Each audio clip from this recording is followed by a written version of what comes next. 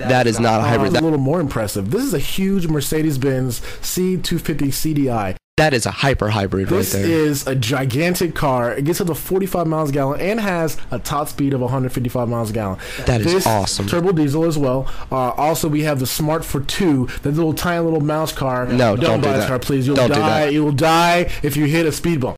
Do not please get don't. this car. Yeah. Please, you will die. And also, you like a tool. You're like a tool if you drive this car.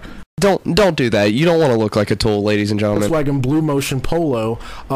Looks like a Golf. It's got a 1.4 liter 3-cylinder engine. Gets around 60 miles a gallon. Those are cute. Mm-hmm. You can do that. Then you also have the Citroen C2. Those are actually pretty neat little cars. They also get 42 miles to the gallon. That's iffy here and there. That's okay. It's still good. They also have the Toyota IQ. The Toyota IQ is it's pretty much going to be a Scion. It's going to be rebranded Scion, but the turbo diesel. Turbo diesels are awesome. We also get 57 miles to the gallon. But this kind of looks like a smart car. It looks like you would die in that. And this is my favorite, actually, the Ford Ka. Ooh, do I see a stripe there? There's a racing stripe. There's a racing stripe on a hybrid. This is also a diesel, and it gets 45 miles a gallon. Diesels again, ladies and gentlemen. 45 miles a gallon. And this is the number 10. This car's already out, but diesel version. This is the diesel version of this car. This is the Toyota Yaris diesel, which the Toyota regular Yaris gets only 35 miles a gallon. But this, Jordan, tell anybody what this gets miles a gallon. The diesel, 70 miles to the gallon. 70 miles a gallon. Freaking 70 miles. Now, okay, guys, I know we kind of told you about all this car, but there's a catch. There is a catch. There's a catch. I'll have to tell you the catch. Probably 7 out of 10 of these cars that we all told you about are not going to be sold here in America because we are slacking on diesel. Yeah, see, the problem is that diesels must meet a crazy emissions just to be accepted here in the United States, and a lot of automakers like, fuck that. Yeah, seriously, how do have these companies even live in Japan? I bet they don't, because they have to swap out motors every once in a while. Guys, ladies and gentlemen, help us bring diesels into the states. Please. We need them. Write your congressman. Do something. Bring these diesels here, because you can see 70 miles a gallon, 63 miles. Sell more. I guarantee you will sell more. Get this out of your head. Diesels aren't destructive to the environment.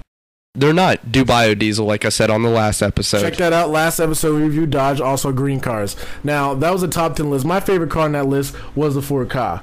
Ford Ka. That little stripes got me there. That is kind of cute. I'd have to say I'd go with the Mercedes though. Mercedes, that is a big balling car. That is a big balling car right there. I think it's probably got a 20-gallon tank. You probably drive across America on one tank of gas. Probably, and that would not be a bad idea. And you could be luxurious at the same time. Yeah. What, son? Now, speaking of luxurious, going on back to the BMWs. Going back to BMWs here. We talked about what encompassed BMW. BMW's slogan is the ultimate driving machine. And there's one car in particular that we both agreed on. We thought it was going to be the M3. But we were thinking about it. There's one car in particular that is just leaps and bounds above the M3. And Jordan, we got to think about the drivers here too versus also passengers. We would have to say the M5. M5, hands down. The M5 is all new for 2012. Check this out. This got a 4.4 liter V8 engine. Twin turbo. 560 horsepower. Dog. Not that many. That's not that many. There's a short list there. Also, it's got 502 foot-pounds of torque from 1,500 RPMs. 1,500 RPMs. That is nuts. That is insane. 4.4 seconds from 0 to 60. Speeds up to 190. You know that's. Imagine taking the kids to school in that. Oh. You'll get there before school opens. You'll go so fast. You'll tomorrow. You'll go back in time. You'll go back in time and then figure out why you bought this BMW, and they'll be like, "Oh, thank God." Yes. The interior is really nice. A lot of BMWs known for their really good interior. This has got a 7-speed gearbox. You got the slap paddles, or you got the sequential. Or you got the sequential Triptronic shift. This actually, if you lift up the hood and look at this thing looks like a artificial heart. It does. Look at all those, all the pipings and everything. Think of the engineering that went into this car, the brilliance that went into this car. I bet it's got a heartbeat. It probably does. This car has probably the best pulse ever, and I'm sure this car is great. But the only thing that I do not like about this car is that they all look the same. It's so hard to tell them apart. There you go. Is this a 5 Series? Is this a 3 Series? Is this a 7 Series? What the hell is this? You don't know. Yep. So BMW, please, you guys got a great idea here. Great job with the power plant and the car in general. Please change the styling. Just a little bit. Kill the guy who designed these. I don't even have anybody design this. Let's just chop off his fingers, make him useless. Please, he already is useless.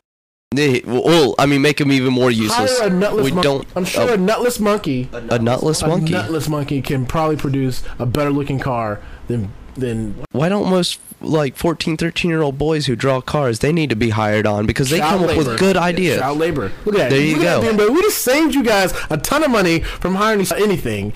Just hire a little 13, 14-year-old kid going into high school, and I'm guaranteeing you guys will sell a lot more vehicles. Keep the same power plant. Keep it everything the same. Yep. And that would actually be very, very, very nice. Also, we're going to now actually move on to the 2011 BMW X5 or X6. X6, dog. We're actually reviewing the BMW X6. I'm a little indifferent on this car because what is this car? Is it a car? It's nothing. Is it an SUV?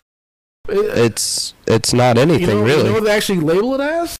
What did they label it as? A sport activity vehicle. A sport activity vehicle. Seriously. This thing costs almost $100,000. I could buy a lot of things for $400. Hold on. What you're getting for $100,000? You're getting 555 horsepower. Oh, that's pretty ball and status. But it's very fast. But the weird thing is that this thing is 5,300 pounds. It's huge. That is ridiculous. It's a huge vehicle, but it's not big enough to be an SUV. But it's too big to be a car.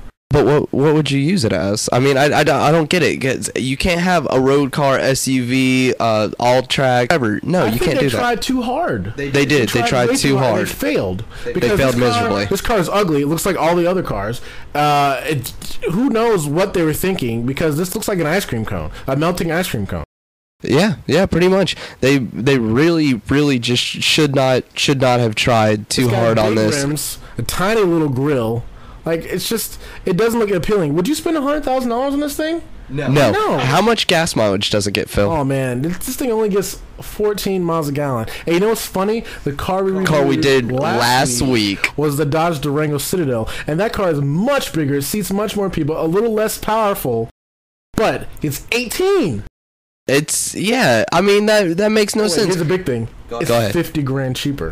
It's $50,000 cheaper. Now, ladies and gentlemen, you got to think about that. $50,000 cheaper, better gas mileage, bigger room. This is what I'm thinking. I'm thinking the only person who would buy this car is just buying it for the badge. And that's the problem with BMW. That is a huge problem with BMW. That's why I don't think they change the styling, because they know people are going to buy it. Phil, I'm going to put a BMW badge on your pants so girls can ride you all day long. Anyway, what would you pick other than that?